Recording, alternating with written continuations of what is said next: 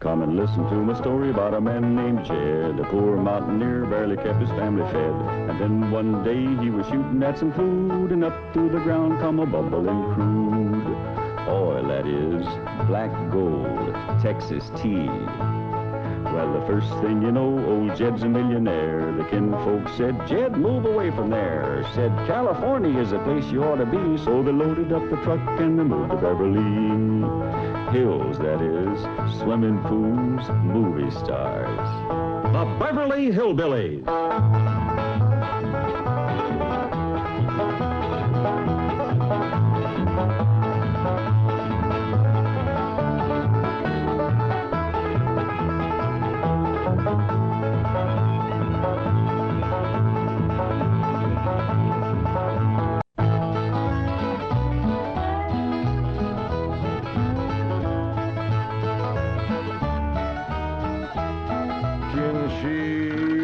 Bake a cherry pie, Billy boy, Billy boy. Can she bake a cherry pie?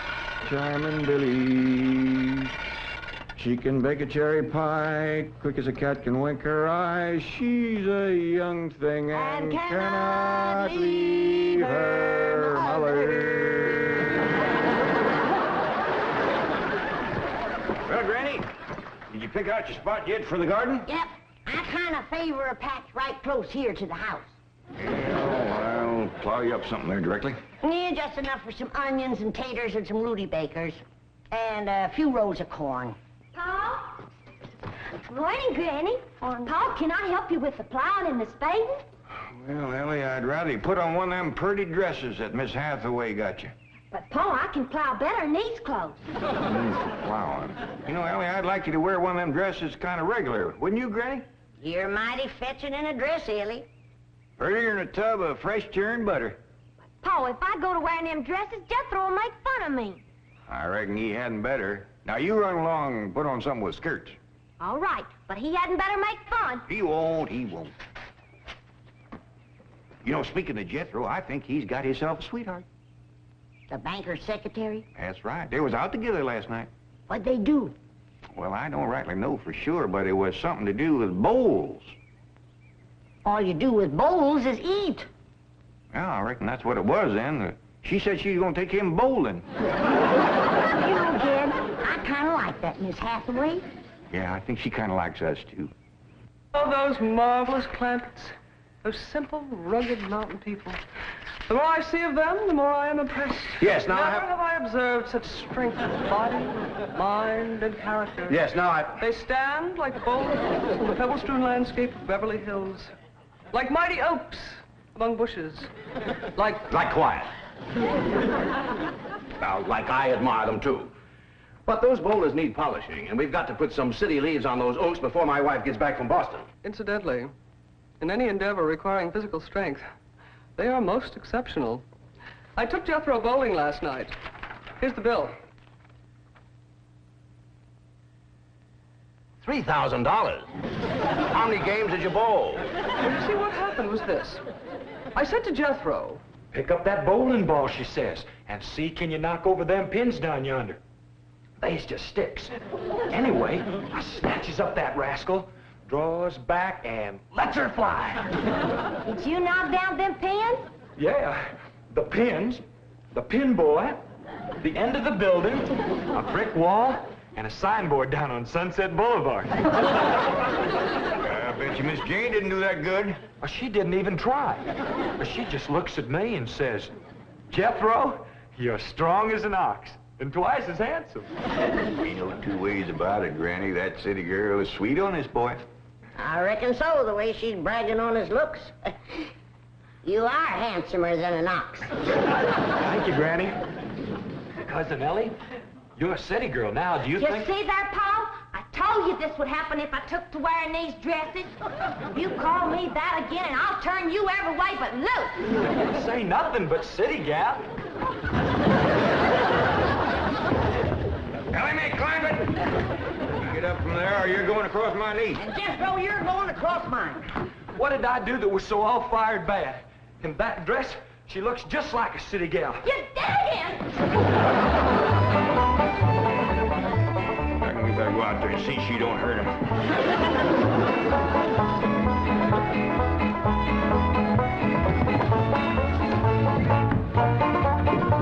Elly May! Elly May!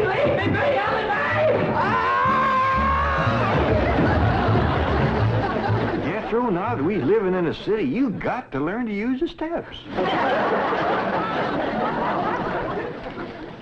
You'll be happy to know that I'm making splendid progress with Elly May. She's turning into quite a lady. Fine. But it's Jed, Granny, and Jethro we've got to work on. Clothes, manners, the works. What have you done about servants? That's a problem, Chief. They're basically opposed to the whole idea of able-bodied people letting others do their work for them. Well, that's a refreshing attitude. But we've got to get a skeleton staff in there somehow. A combination butler and valet for Jed and Jethro. Who help them assemble a wardrobe, teach them how to... Ravenswood. Your butler? Oh, he's never been my butler. Came with my wife like an overweight dowry. Been in her family for years. And with Margaret in Boston, I can certainly spare him, plus her upstairs girl, Marie. I doubt if you can sell Mr. Clampett on the idea of servants. And get him on the phone. I'll make him think he's doing me a favor by taking him off my hands for a while. Right, Chief? She had not have thrown me down on my head like that. What if I'd have been carrying a frog in my hat? You ain't supposed to be wearing your hat in the house. Well, Granny, where's a fella gonna carry a frog? They jump out of your pockets. Hello? Oh, howdy there, Mr. Drysdale. Glad to have you back from Boston. Your missus come with you? Oh, that's too bad. I know her and Granny'd hit it off like two sows in a mud waller. Yes, I'm sure they would. No recipes? No, my wife doesn't do much cooking. No, I doubt if she ever made grits and hog jolls. Well, how about mustard greens and possum belly? No fooling. Pone and squirrel shanks? Boiled chicken hawk. Well, say, she don't do much cooking, does she? No. Well, the reason I called Mr. Clampett is I have a butler. Well, he really belongs to my wife's family, but he's been with us ever since we were married. And I was wondering if you'd let him come and stay with you for a while. You mean board with us? Well, I guess you could call it that. Who's gonna board with us? Just a minute. Some kin of Miss Drysdale named Butler. Oh, why, we'd be just... That's that no good fat rascal that wouldn't let Ellie and me in to help Miss Drysdale when she was sobering up. Hello? Granny was talking at me, but she's done now. Oh, no, she ain't. Just a minute. Granny, let me hear the man out, and then we can talk it over. Yes, sir, Mr. Drysdale, I'm a-listening now. Well, in addition to Ravenswood, he's the butler, you can also have my wife's upstairs girl, Marie. Margaret may be away for some time, and I have absolutely no use for him. Well, I sure would like to oblige. Me and Granny will talk it over, and I'll call you. Oh, thank you. You'll be doing me a great favor. I was glad to help out when I can. Thank you again, Mr. Clampett, and goodbye.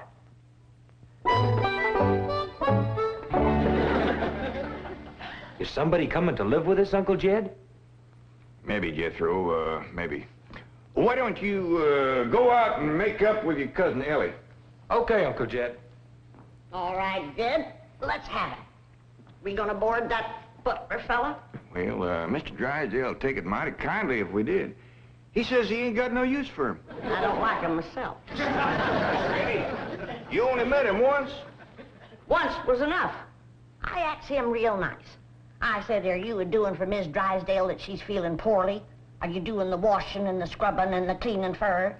And he looks right down his nose at me and says, Madam, I am a butler. I reckon he is proud of his name. It's kind of fancy. Ravenswood Butler. I don't care if it's Stonewall Jackson. And I think Mr. Drysdale has a lot of gall to ask us to take his wife's kinfolks off his hands. Well, now, I'm mighty beholden to him.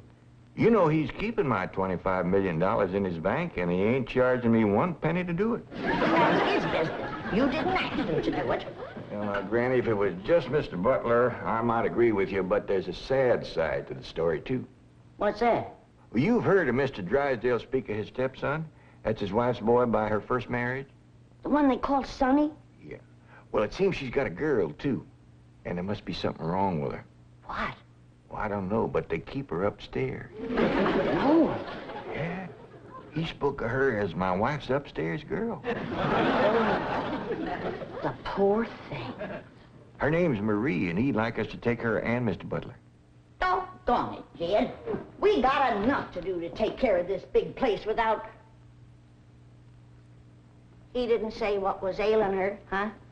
Well, no, but if you ask me, they ain't eating right over there. No. You know what Mr. Drysdale told me? What? His wife ain't never cooked grits and hog jaws. Ah, go on. That's a fact. Nor mustard greens and possum belly, nor pone and squirrel shank, nor even boiled chicken hawk. Land of mercy. You can't hardly blame Mr. Butler for getting a mite cranky. Man don't eat right, he gets that way. Well, Jed, I reckon it won't do no harm to take him in for a spell. Granny, for such a little woman, you got an awful big heart. Well, I feel sorry for the poor girl. But the first time that fancy pants Mr. Butler looks down his nose at me, I'm gonna chuck him in the cement pond.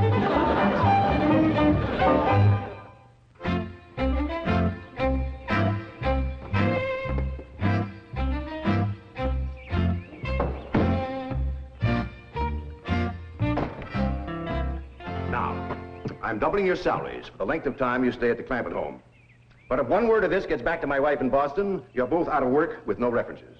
Actually, you will find the Clampetts to be basically fine people. All they need is a little polish. Polish. They need sandblasting. However, I think Miss Hathaway's plan may overcome their initial resentment of wearing city clothes. Yes, I think I have devised rather a clever strategy. To put it briefly and succinctly, my strategy is as follows. I shall propose to the Clampetts that they sit for a family portrait. As you know, my hobby is painting. Now, I should suggest to the Clampetts that their attire match their background, which is, of course, their beautiful mansion. They will no doubt see the logic of my didactic approach, accede to my wishes, don suitable raiment, and, once they have seen themselves thus attired, take... We're in. Let's go. We forgot to dust the stair rail. I'll do it, Granny.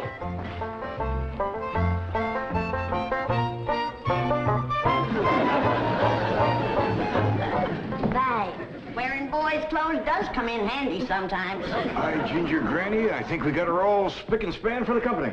They ain't a speck of dirt no place. Can I go swimming now? Me too?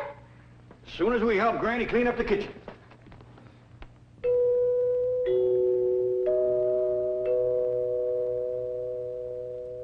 There goes that music again. Sure is pretty. You ever find out where that comes from?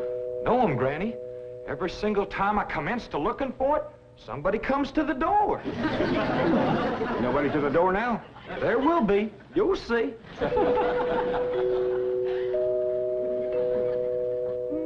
Doggies, that's nice. I'll pitch in and see can we find it. You're wasting your time. I'm a-telling you, before you can find it, somebody will come to the door. There, you see? Happens every time. Now remember, Ravenswood, I'm counting on you. Don't fail me. You have my word, sir. I've been butler and valet since boyhood, as was my father before me and his father before him. And I've yet to meet the man or woman who posed a social problem too difficult for me to handle. That's the spirit. Howdy there. Remember me, Mr. Butler? No! Ravenswood, come back! You gave your word! Come back, you coward! Come back here! I'll cut off your fringe benefits! Ravenswood probably forgot something. He'll return shortly. Meanwhile, this is Marie, Mrs. Drysdale's upstairs girl. Marie, Mr. J.D. Clampett, Howdy. Jethro Bodine, Elly May Clampett, and Grandma Clampett. No, ma'am. I am a Moses. Pardon? Granny's related on my wife's side. They's the Moses family from Tennessee. Then your name is Granny Moses? Grandma Moses. That's right. There was a very famous Grandma Moses who painted primitives. I've whitewashed a few myself. I'll show Marie to her room. Listen, Marie, honey. Over here, you've got the run of the house. You don't have to hide upstairs. Ain't nothing wrong with that girl, but want some good cooking will cure her. She's half starved. Poor thing is so weak her knees keeps a buckling on her. She's kind of pretty, though, for a skinny girl. Just wait till she gets a mess of Granny's grits and hog gels. That'll fill her out. Well, I'll get some of cooking. Guess that butler fellow will be coming back directly. Oh, and Granny, can we have some of that salted down possum belly that Ma sent us? Well, I reckon it is kind of a company meal. Granny, open up a jar of them pickled crow gizzards. Now, Jed, we don't want to spoil these folks. They might get to thinking we eat like that every day. Elly May, will you do something nice for me? Sure, Pa. Will you go get into that pretty dress again? Oh, Pa, Jethro will make fun of me. No, I won't, Elly May. Cross my heart. Why, That's my darling. Thank you. And then you be real nice to Marie. She's had a bad life. I'll be nice to her. She's pretty. Let's all be nice. yeah, Pa, I wanted to go swimming. Now I gotta go put on an old dress. Cousin Ellie, you look awful pretty in a dress. Honest you do. Do I look pretty in that there city girl? You look prettier than that there city girl. That did it. Come on and fight. There's nothing to be afraid of, Ravenwood. The fact that they're big and strong doesn't mean they're violent. Elephants can be gentle. Now, Ravenswood, your wedding appearances deceive you. Oh, really, Oh, sir? I do admit on the surface they do seem a bit rough, even cruel. But I assure you underneath they are placid, kindly, and gentle. You'll see. You shouldn't have called me a city girl. Elly May, leave me alone, please, Elly May. City girl.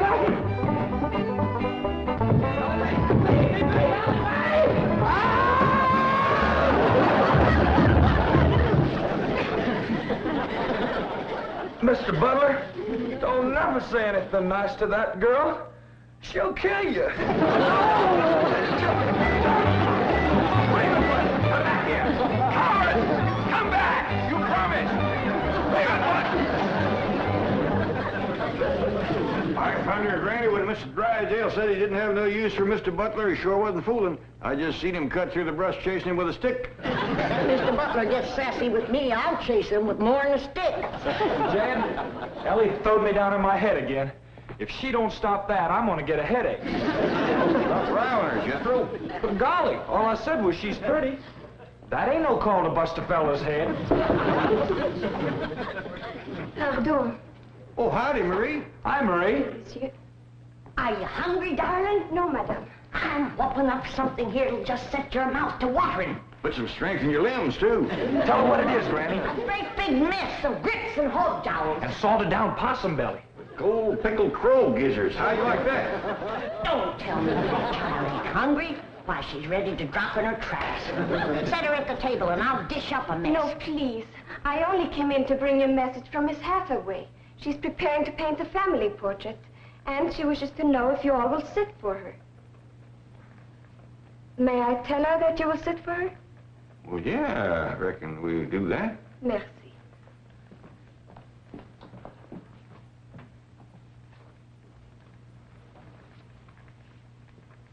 Well, let's get at it.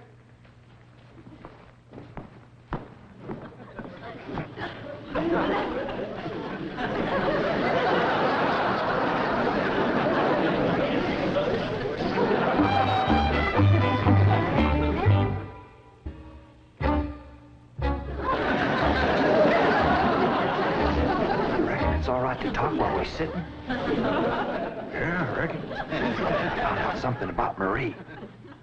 What? She's scared of Mr. Butler. How'd you know? I asked her to go swimming with me, and she says he wouldn't allow it. What business is it of his? That's what I says.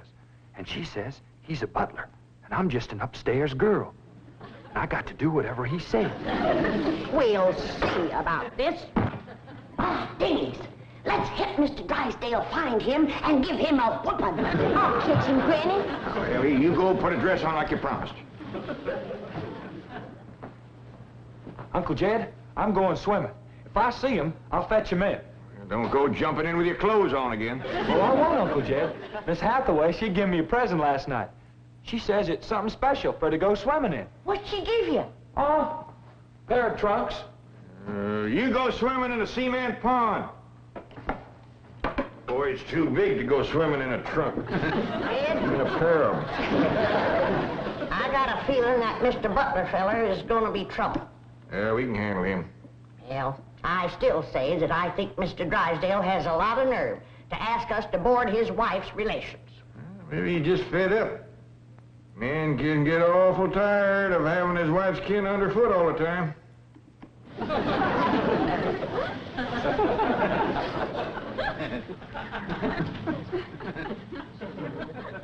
He told me that Butler fella had been living with them ever since they was married. I declare some in-laws latch on to free room and board like leeches. It takes a mule kick to jar 'em loose. You can't hardly blame Mr. Drysdale for trying to get shed of a critter like that.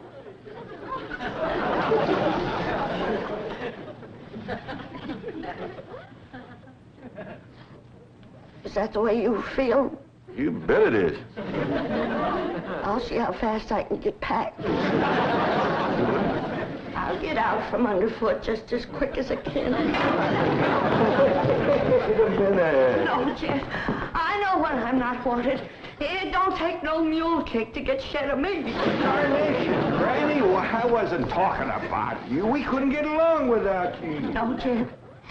I'm just a burdensome old woman, no good to nobody. Why don't you throw me down the well? Go ahead, pick me up, carry me out to the well, and throw me in. Stop talking like that. Uncle Jed! Uncle Jed! I caught him. Mr. Drysdale, he gave out, but I caught this fat little rascal. What are you doing? You gonna whip him, Granny? No, Jethro. I'm going to get thrown down the well. Why don't you throw us both down the well together? We're just no good leeches both. Mr. Butler, I'm sorry Jethro got mighty rough with you. He don't mean no harm. He's just an overgrown boy. Now, we'd almighty pleasure to have you come and stay with us, and as long as you behave yourself, won't be no trouble. Oh, I'm Jed Clampett. Sir. This here's Granny. I reckon you and Jethro done met. Yeah. Sir. Oh, and this here's my daughter, Elly May. Enchantée, mademoiselle. Vous êtes très belle, très charmant, très ravissant. Don't you dare use them kind of words to a lady. What do you say, Granny? I ain't sure, but it sounded dirty. Said your daughter was pretty and charming. Oh, you're so different from all the others. You're like a beautiful city girl. He had not have said that. Oh, Mary, Oui, Miss Jane. didn't you say the Clampetts had agreed to sit for their portrait? Me? They said they would do it. What is this? I believe it to be self-preservation, madam.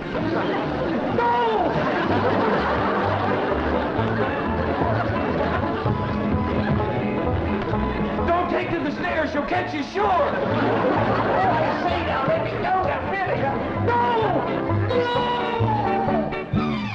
Sounds like Elly got him.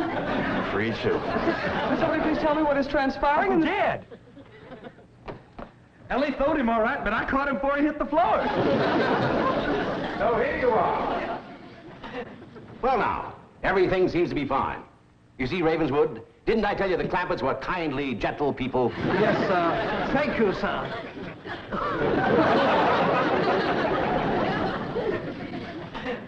We're gonna have to feed up both of them, Granny. His knees is buckling, too.